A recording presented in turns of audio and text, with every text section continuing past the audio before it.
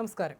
Gulf രാജ്യങ്ങളുമായി 1.6 billion പൗണ്ടിന്റെ വ്യാപാര കരാർ ഒപ്പിടാനൊരുങ്ങുകയാണ് ബ്രിട്ടൻ. എന്നാൽ കരാറിൽ മനുഷ്യാവകാശങ്ങൾ ഉറപ്പാക്കുന്നതിനും ആധുനിക അടിമത്തം ചെറുക്കുന്നതിനും ഉപാധികളില്ല എന്ന ശക്തമായ മുന്നറിയിപ്പുകളാണ് വലതുപക്ഷ ഗ്രൂപ്പുകൾ നൽകുന്നത്.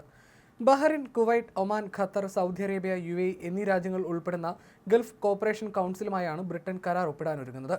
ഇത് സംബന്ധിച്ച ചർച്ചകൾ ഇപ്പോൾ അവസാന ഘട്ടത്തിൽ എത്തി നിൽക്കുകയാണ്. അമേരിക്ക, ഇന്ത്യ, യൂറോപ്പ് എന്നീ രാജ്യങ്ങളുമായി കരാർ ഉണ്ടാക്കിയതിനു ശേഷം ബ്രിട്ടീഷ് പ്രധാനമന്ത്രി കീർ സ്റ്റാർമർ ഒപ്പുവെക്കുന്ന 4ാമത്തെ വ്യാപാര കരാറാണിത്. ഈ കരാർ വഴി UK-യും GCC രാജ്യങ്ങളും തമ്മിലുള്ള വ്യാപാരത്തിൽ 2035ഓടെ 8.6 ബില്യൺ പൗണ്ടിന്റെ വർധനവുണ്ടാകും എന്നാണ് ബ്രിട്ടൻ അവകാശപ്പെടുന്നത്. കരാർ ചർച്ചകൾ അതിന്റെ അവസാന ഘട്ടത്തിലാണെന്നും അധികം താമസിയാതെ ഇത് യാഥാർത്ഥ്യമാകുമെന്നുമാണ് ചില സ്രോതസ്സുകളെ ഉദ്ധരിച്ച് ദി ഗാർഡിയൻ റിപ്പോർട്ട് ചെയ്യുന്നത്. കാർ നിർമ്മാണ മേഖല, സാമ്പത്തിക സേവന രംഗം എന്നിവയെ ഈ കരാർ വലിയ രീതിയിൽ തന്നെ പിന്തുണയ്ക്കുമെന്നാണ് കരുതുന്നത്. എന്നിരുന്നാലും സ്വതന്ത്ര വ്യാപാര കരാർ മൂലം ലഭിക്കുന്ന മെച്ചം മൊത്തം GDP-യുടെ 0.1% താഴെയായിരിക്കും എന്നാണ് വിദഗ്ധർ ചൂണ്ടിക്കാണിക്കുന്നത്. അതേസമയം മനുഷ്യാവകാശങ്ങൾ, പ്രത്യേകിച്ച് കുടിയേറ്റ തൊഴിലാളികളുടെ അവകാശങ്ങൾ ഉറപ്പുവരുത്താൻ നിയമപ്രകാരമുള്ള ബാധ്യത ഏറ്റെടുക്കാൻ ഈ രാജ്യങ്ങൾ തയ്യാറാകുന്നതുവരെ കരാറിൽ ഒപ്പുവെക്കരുതെന്നാണ് ബ്രിട്ടനിലെ മനുഷ്യാവകാശ സംഘടനകൾ സർക്കാരിനോട് ആവശ്യപ്പെടുന്നത്.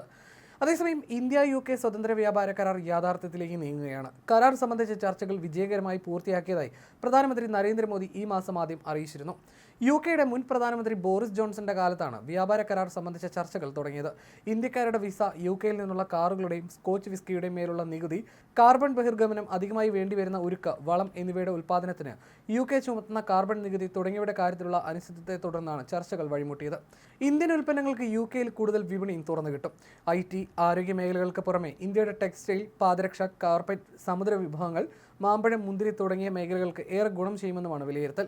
ഈ മേഖലകളിൽ നിന്നുള്ള ഉൽപ്പന്നങ്ങൾക്ക് UK-യിൽ നികുതിയും കുറയും. ചർച്ചകൾ പൂർത്തിയായി കരാറിലെത്തിയതിനെ ചരിത്രപരമെന്നായിരുന്നു മോദി വിശേഷിപ്പിച്ചത്. ഇരു രാജ്യങ്ങളും തമ്മിലുള്ള വ്യാപാര ബന്ധം മെച്ചപ്പെടുത്തുന്നതിനൊപ്പം പല ഇനങ്ങളിലും പരസ്പരം നികുതി കുറയ്ക്കുകയും ചെയ്യും.